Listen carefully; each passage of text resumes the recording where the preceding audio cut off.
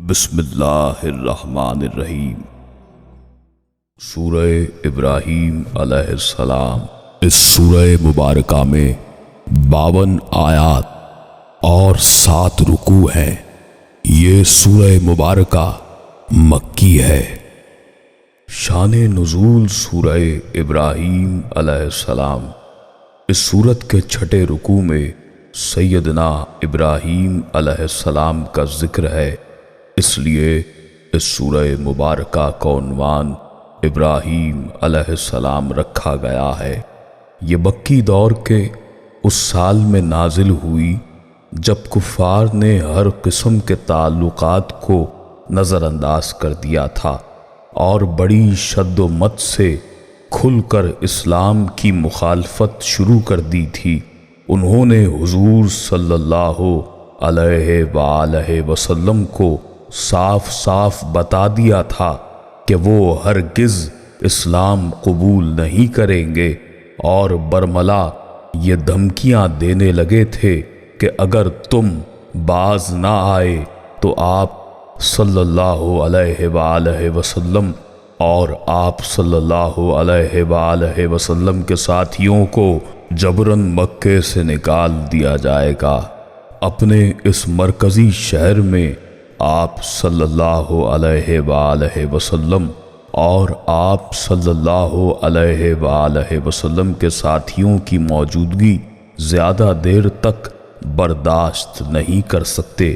یہ صرف کھوکھلی دھمکیاں ہی نہ تھیں، بلکہ انہوں نے اپنے منصوبے بنانا شروع کر دیے تھے تاکہ ان دھمکیوں کو عملی جامہ پہنا سکیں۔ ان حالات کو پیش نظر رکھا جائے تو یہ نتیجہ اخذ کرنا مشکل نہیں کہ مکی زندگی کے آخری دنوں کی یہ بات، اور انہی حالات میں یہ سورت نازل ہوئی۔ واللہ تعالی عالم۔ مضامین سورہ ابراہیم علیہ السلام۔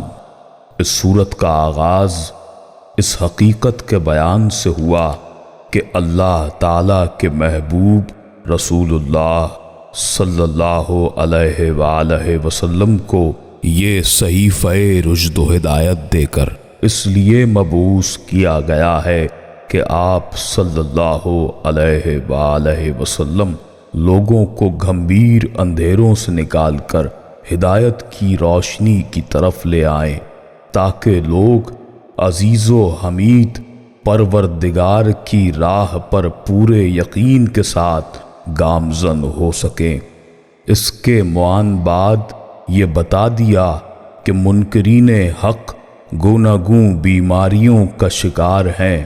انہوں نے آخرت کی ابدی زندگی اور اس کی دائمی نعمت کو پس پشت ڈال دیا ہے، اور اس فانی زندگی کی آسائشوں اور آرائشوں پر وارفتہ ہو گئے ہیں، نیز خود بھی بادیہ ضلالت میں سرگرداں ہیں، اور دوسرے لوگوں کو بھی حق کو قبول کرنے سے روکتے ہیں۔ مزید برآں اس دین حق کو اس غلط رنگ میں پیش کرتے ہیں کہ لوگوں کے دلوں میں اس کی رغبت ہی ختم ہو جائے۔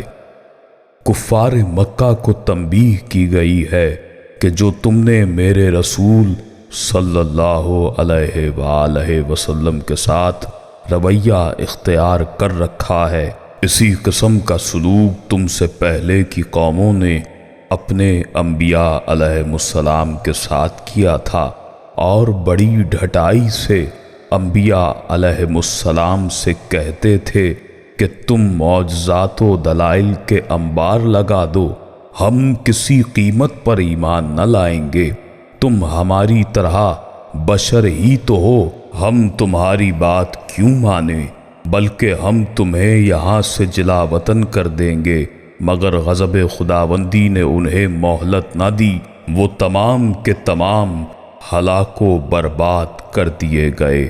جس طرح کفار کا لہجہ بے باکی کی طرف مائل تھا، اسی طرح ان کی سرزنش پر قرآن کریم کا لہجہ بھی بہت سخت ہے۔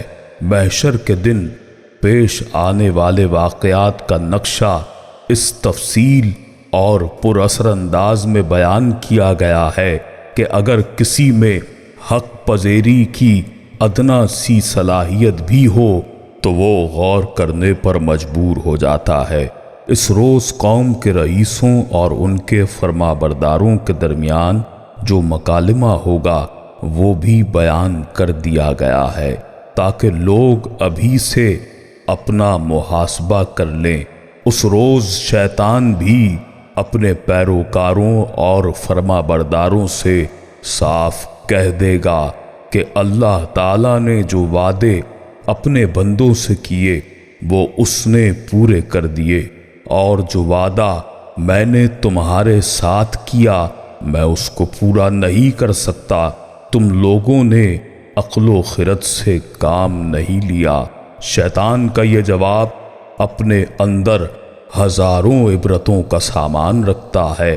اس کے بعد ابراہیم علیہ السلام کا تذکرہ، ان کی دعائیں، کعبے کے شہر کے لیے، یہاں کے مکینوں کے لیے، اپنی اولاد کے لیے اور رزق حلال کے لیے۔ الہی اس لک و دک صحرا اور بے آب و گیاہ بیابان میں تیرے گھر کے پڑوس میں نے اپنی اولاد کو اس لیے بسایا ہے کہ وہ تیری عبادت کرتے رہیں۔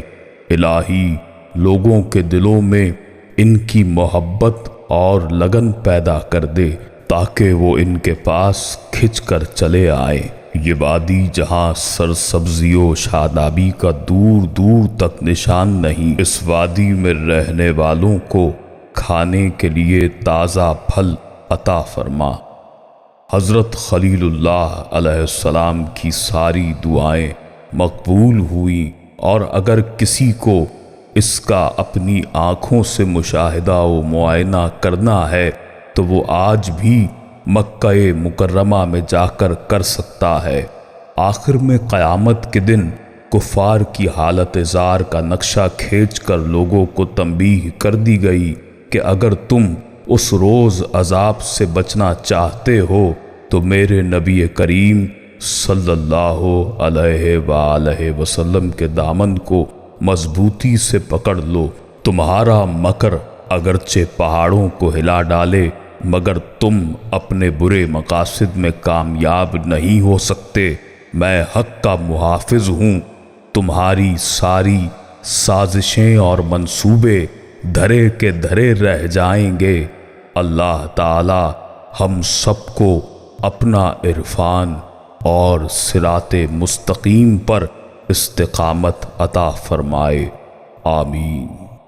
مختصر خلاصہ سورہ ابراہیم علیہ السلام یہ کتاب ہے جسے ہم نے آپ صلی اللہ علیہ وآلہ وسلم کی طرف اتاری ہے کہ آپ صلی اللہ علیہ وآلہ وسلم لوگوں کو اندھیرے سے اجالے کی طرف لائیں۔ ان کے رب کے حکم سے زبردست تعریفوں والے اللہ کی طرف سے ہم نے ہر نبی کو اس کی قوم کی زبان ہی میں بھیجا تاکہ ان کے سامنے وضاحت بیان کر دے۔ اب اللہ جسے چاہے گمراہ کر دے اور جسے چاہے راہ دکھا دے، وہی بڑی عزت اور حکمت والا ہے۔ بے شک موسیٰ علیہ السلام کو ہم نے اپنی نشانیاں دے کر بھیجا کہ اپنی قوم کو اندھیروں سے اجالوں میں لائیں اور انہیں اللہ کے دن یاد دلائیں۔ بے شک اس میں نشانیاں ہیں ہر بڑے صبر والے شکر والے کو۔ آگے کی آیات میں اللہ تعالیٰ نے اپنی قدرتوں کا ذکر کیا ہے اور کہا ہے کہ وہی ہر چیز کا مالک و مختار ہے، اور جو لوگ اللہ پر اور رسولوں پر ایمان رکھتے ہیں ان کے لیے انعام، اور جو اللہ و رسول کا انکار کرتے ہیں ان کے لیے سخت وعید جہنم کی ہے۔ حضرت ابراہیم علیہ السلام کا ذکر کرتے ہوئے فرمان ہے کہ سب خوبیاں اللہ کو کہ جس نے مجھے بڑھاپے میں اسماعیل علیہ السلام اور اسحاق علیہ السلام دیے۔